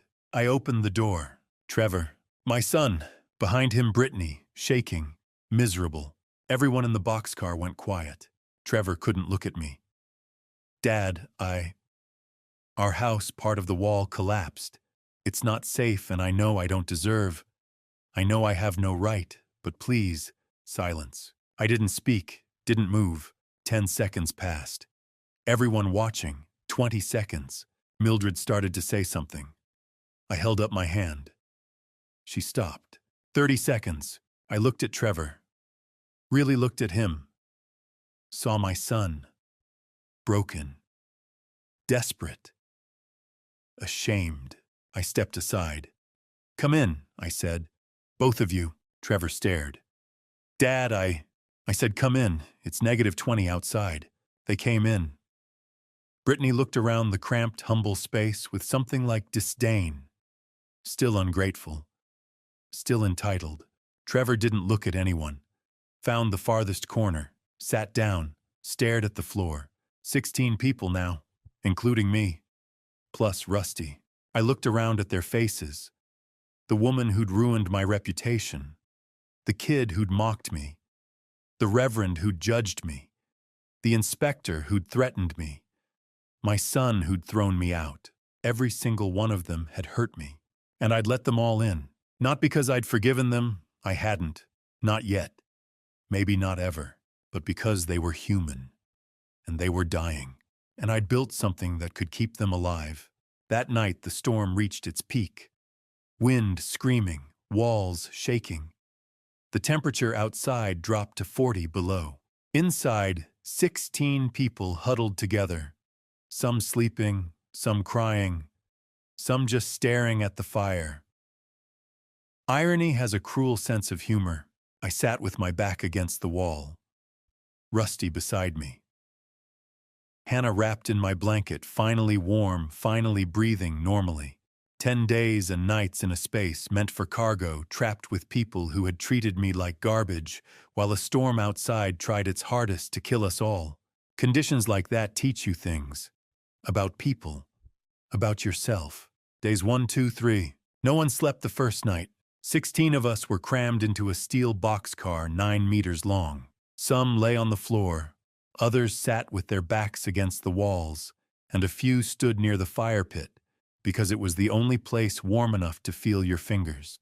Outside, the wind screamed like it wanted to rip the metal apart. The temperature was -35 Celsius and still falling.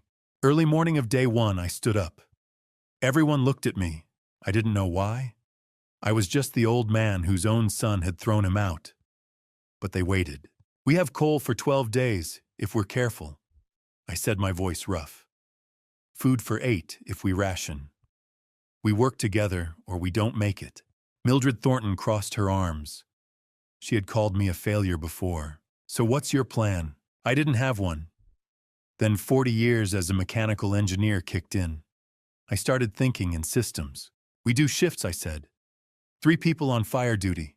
4-hour rotations. Fire watchers stay awake and keep the heat steady. The rest rotate between sleep and watch. Chester Lawson nodded.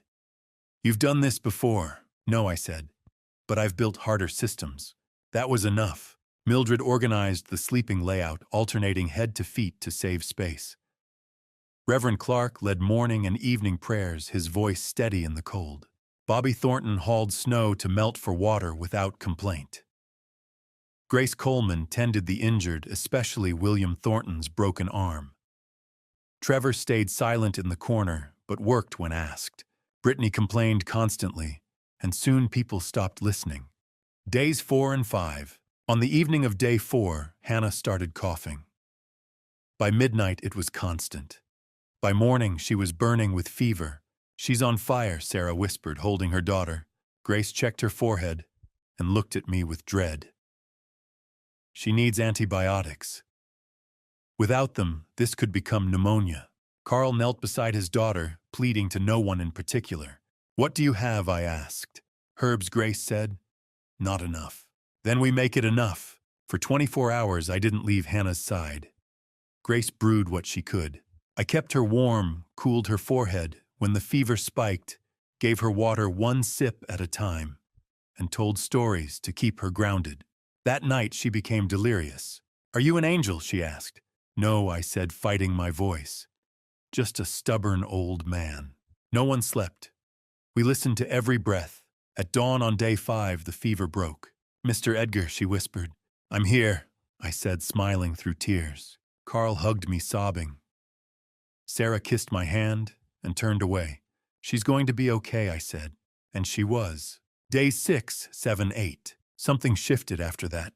People didn't look at me with pity or need anymore. It was respect. Mildred sat beside me on day 6. "What I said about you was cruel," she admitted. "You're the best man I know. We all regret things I said. What matters is what we do next." That night, Bobby told me he'd tell everyone what I'd done. "I didn't do it for recognition," I said. "I know," he replied. On day 8, Reverend Clark stopped mid-prayer. "Edgar Brennan never preached," he said. "He lived it." I wanted to disappear. There was nowhere to hide. Trevor watched everything silent and tense. Brittany still complained. Days 9 and 10. On the afternoon of day 9, the wind stopped. Chester cracked the door. "It's over." Morning of day 10, I opened it fully. Snow towered around us, white and untouched. The sky was blue. The silence was unreal. One by one, we stepped outside. Weak. Alive. Carl put his hand on my shoulder. "You saved 16 lives. We saved each other," I said. Everyone hugged, crying and laughing together. They pulled me in. I looked back at the boxcar and felt something I hadn't felt in years. Hope. Trevor tried to reach me. "Dad." I walked away. "Not yet." 3 days later, a man in a suit arrived with a camera.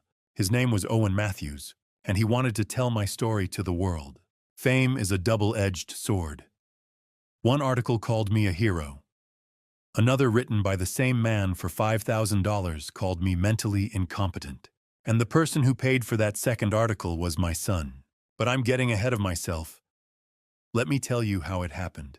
3 days after the storm ended, Owen Matthews showed up at my boxcar. He had a camera, a notebook. That professional manner journalists get: polite but persistent, friendly but calculating. He wanted to tell my story, he said. For the paper, for people to know what I'd done. I didn't want attention, never did. But I also didn't say no. He interviewed me for 2 days, March 23rd and 24th. Took photos of everything: the fire pit, the sleeping area, the insulation Chester had helped me install. He talked to everyone I'd saved. I heard Carl tell him he saved my daughter's life. Hannah would have died without him. Mildred. He saved all of us. Every single one. Chester built this shelter with his own hands. Engineering at its finest. The article came out March 26th. Montana hero retired engineer saves 16 lives in historic blizzard. And then everything changed. The story spread. Fast. National news. My photo everywhere: this uncomfortable old man standing in front of a rusty boxcar. Reporters calling. People driving out to see the place like it was some kind of museum. I didn't know what to do with any of it.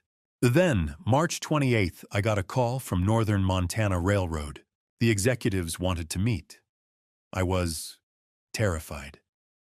Thought maybe they were angry I'd been living on their property without permission. But when I showed up at their office, they smiled.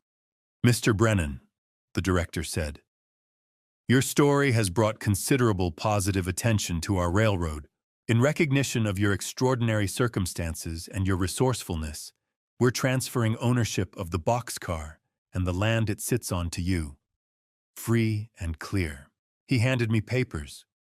Official deed. Signatures. Stamps. I stared at them. This is really mine. Consider it good publicity for us," he said. "You're a hero, Mr. Brennan, and heroes deserve homes." I walked out of that office holding papers that proved I owned something. For the first time since Trevor kicked me out, I owned something again. March 29th, people threw a small celebration at the boxcar, everyone shaking my hand. More apologies. Grace brought food. Chester brought beer. Carl brought Hannah. She'd drawn me a picture stick figures of me and Rusty in front of the boxcar. It meant more to me than any newspaper article. That's when I saw Trevor, standing about 100 meters away. Brittany beside him, whispering something in his ear. Our eyes met across the distance. He looked away first. I should have known then. Should have seen what was coming. But I didn't. I was too happy. Too relieved. Too stupid. 2 weeks went by. Quiet weeks. Good weeks, I thought. Then April 16th happened. Grace brought me the newspaper that morning. Her face told me something was wrong before I even looked at the headline. Questions raised about Hero, Edgar Brennan's mental competency. I couldn't breathe for a moment. Sources close to Brennan report concerning behaviors. A neighbor's note he frequently talks to himself. Mental health experts point out that living in a boxcar while creative is not typical behavior of a sound mind. Family members express concern about his ability to manage property and finances, and then the quote. From an anonymous family source, "My father needs help. He can't take care of himself. We're worried about him." I read it 3 times. Couldn't understand. Couldn't process. Why would someone... Grace sat beside me. Edgar, someone paid for this. Who would... My phone rang. Theodore Walsh. Edgar, listen to me carefully. Someone's trying to destroy you. This is a coordinated attack. But who? I don't know yet, Theodore said. But I'm going to find out. Over the next few days, I watched it happen. The way people looked at me started changing. Again. Whispers when I walked by. Maybe he does have problems. Living in a boxcar isn't exactly normal. It felt like being kicked out all over again. Like watching everything I'd built crumble. April 22nd. I was outside painting the boxcar, touching up spots where the paint had chipped. Trying to keep busy, trying not to think about that article. I heard a car pull up, a police cruiser. My heart dropped. But then I saw it wasn't for an arrest. Trevor got out. Behind him, Brittany, and a man in an expensive suit I'd never seen before. Trevor, I put down the paintbrush. What's going on? The man in the suit stepped forward. Mr. Edgar Brennan, I'm Clifford Ramsey, attorney at law. I represent your son, Trevor Brennan. He pulled out folders, legal documents. We have medical documentation proving you are mentally incompetent to manage property or make sound decisions. He showed me papers, a psychiatric evaluation, professional looking, dated 3 months back, signed by a doctor I'd never heard of. This evaluation shows signs of cognitive decline, inability to care for yourself, and concerning behavioral patterns. My hands started shaking. That's a lie. I never saw that doctor. Additionally, Clifford continued like I hadn't spoken. We have documentation proving that 3 months ago you verbally gifted this property to your son. We're here to take possession. The world tilted. What? That's... Trevor, Trevor wouldn't look at me. Just stared at the ground. Dad, this is for your own good. You need proper care. You can't live in a boxcar forever. Brittany behind him, wearing this satisfied little smile. You're doing this for the land, I said, my voice breaking. For money. Trevor still wouldn't look up. You don't understand. You're not well. You have 30 days to vacate this property, Mr. Brennan, Clifford said. Otherwise, we'll proceed with court-ordered eviction. They left. I stood there, alone, shaking so hard I had to sit down on the ground. My own son, trying to take away the only thing I had left. Theodore worked fast after that. Over the next 2 weeks, he dug into everything. And what he found. He came to my boxcar on May 1st with a folder full of papers. Edgar, I need to show you something. Bank records. Owen Matthews, the journalist who wrote both articles, had received 2 deposits from Trevor. $5,000 on April 9th. Another $5,000 on April 16th, the same day that second article ran. Email trail between Trevor, this lawyer Clifford, and Owen. Planning everything. The doctor, who supposedly evaluated me, not even licensed in Montana, turned out to be Clifford's brother-in-law. The signatures on those gift documents forged.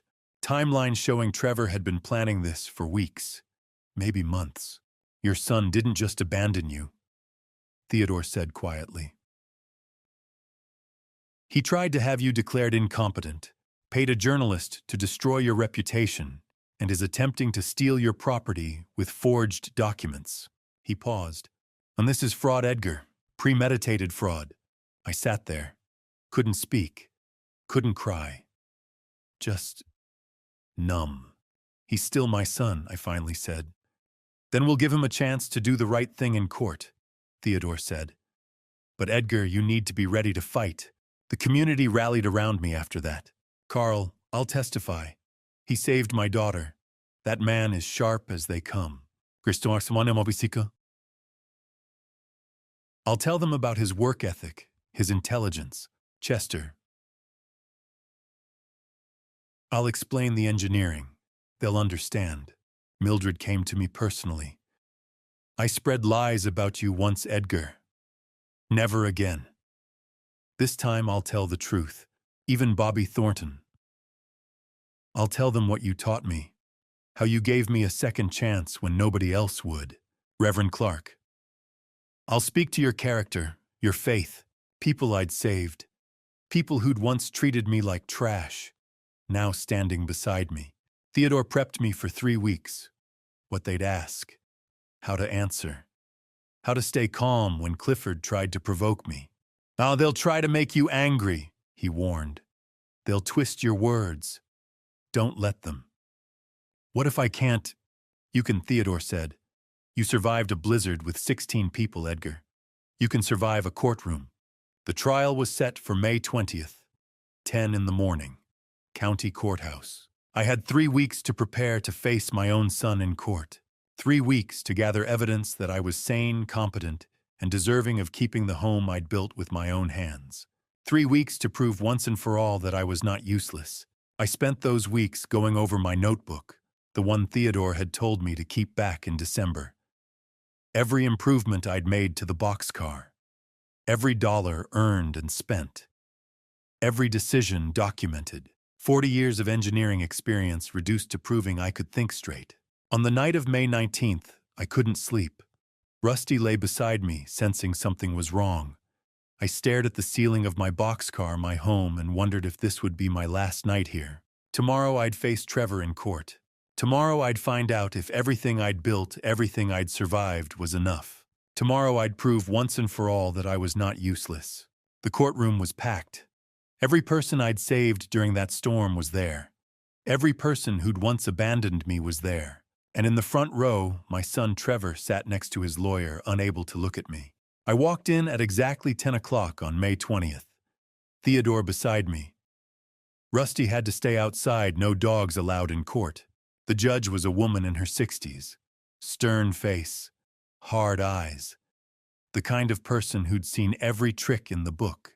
The courtroom felt too small. Every seat filled.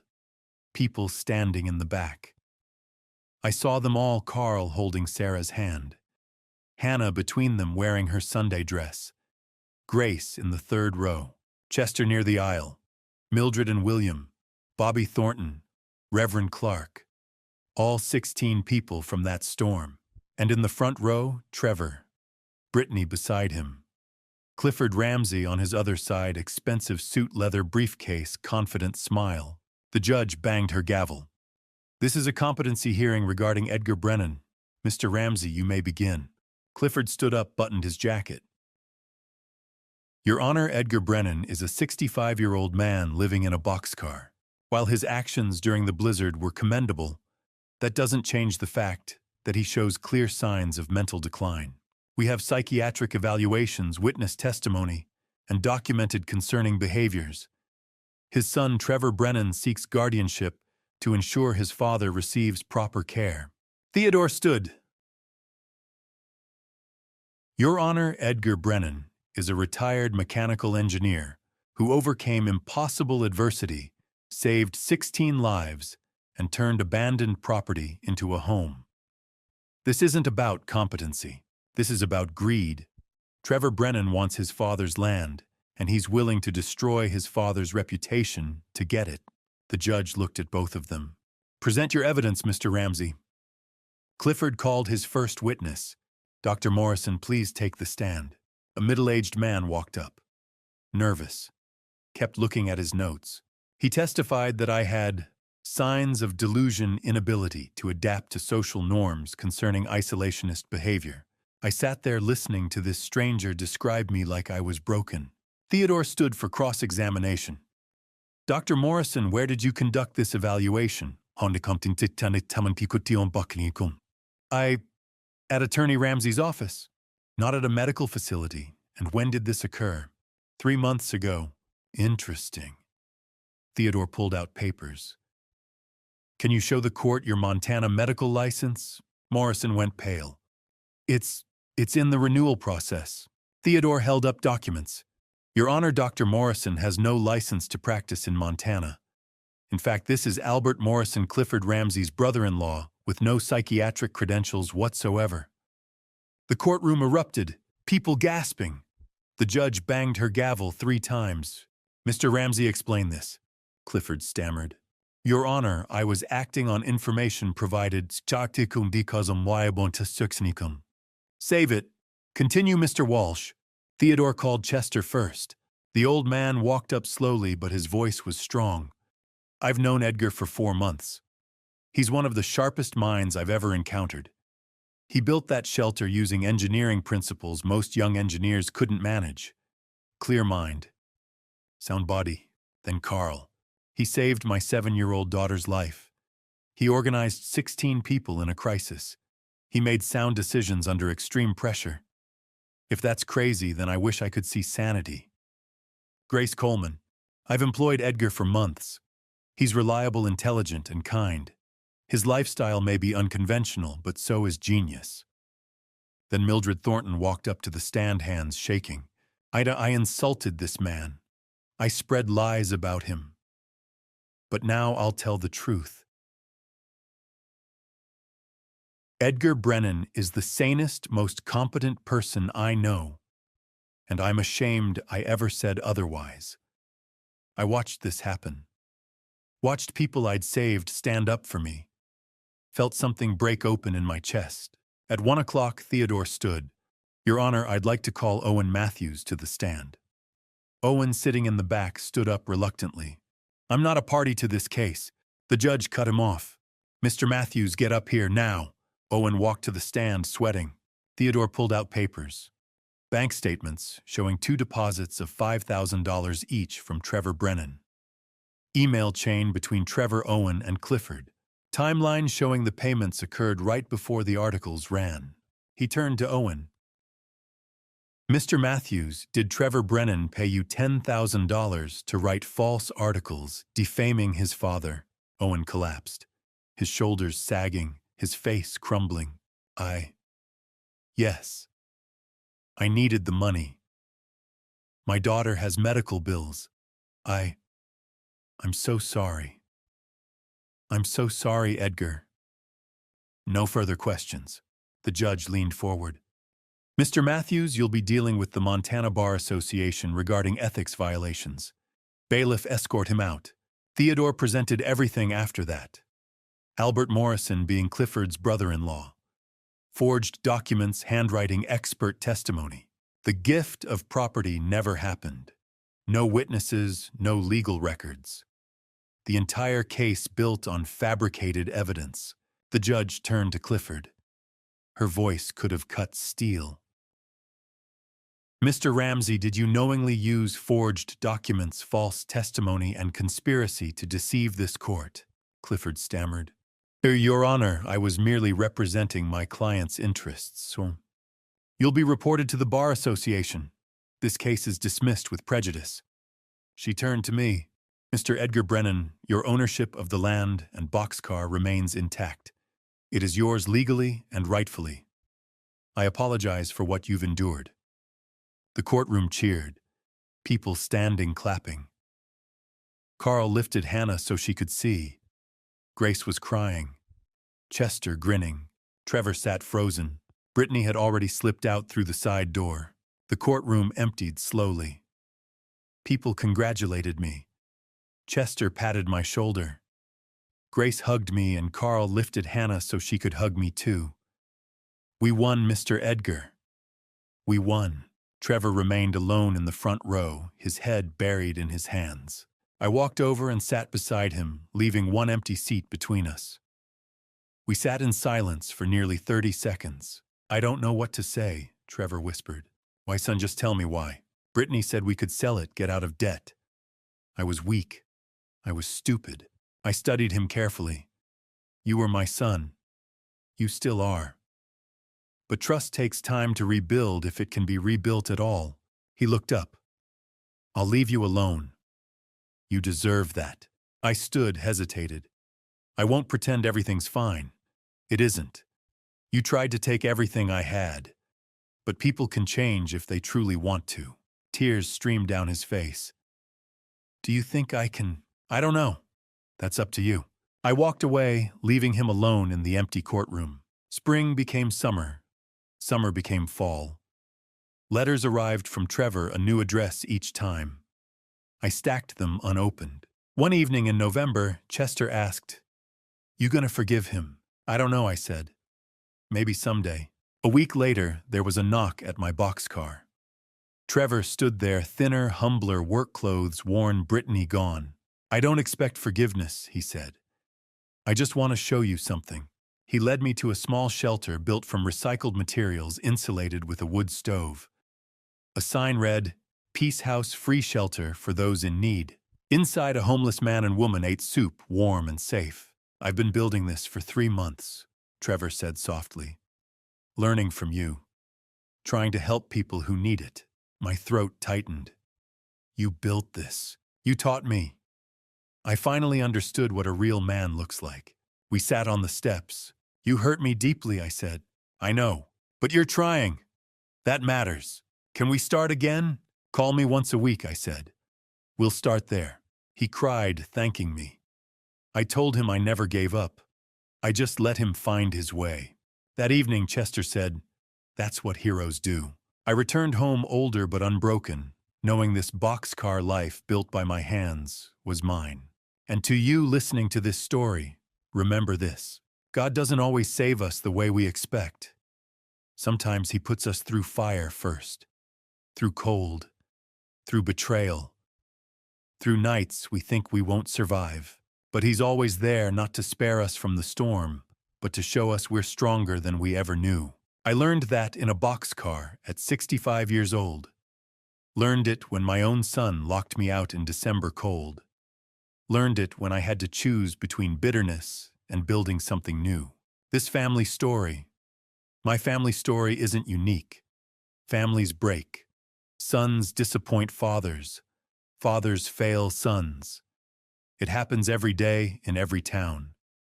What matters is what you do after the breaking. Do you let it destroy you, or do you build something from the ruins? Some of you might be thinking about dad revenge right now. Thinking about someone who wronged you, a father who abandoned you, a son who betrayed you, a family member who took everything, and you want payback.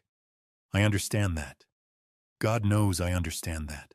But here's what I learned. The best dad revenge isn't revenge at all. It's surviving. It's building. It's becoming so undeniably strong that everyone who doubted you has to see what they missed. Trevor tried to destroy me, and instead I saved his life during a blizzard. That wasn't weakness. That was strength. Don't be like I was in those first days, angry, bitter, ready to give up. Don't let other people's cruelty make you cruel. Don't let their smallness make you small. When someone tries to break, you build something so beautiful they can't ignore it. God gave me a second chance in that boxcar.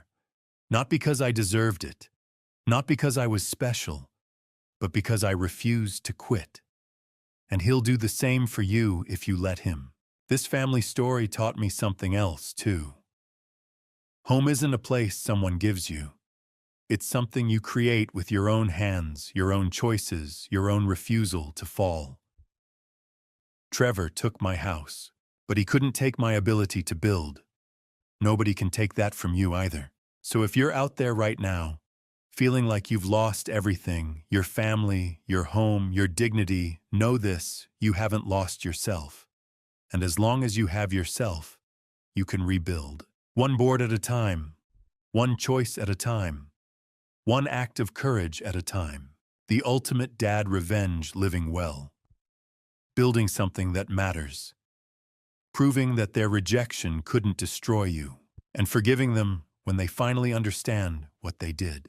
If this family story moved you, if you've ever felt abandoned or betrayed, if you've ever had to rebuild from nothing, leave a comment below. Share your story. You never know who needs to hear it.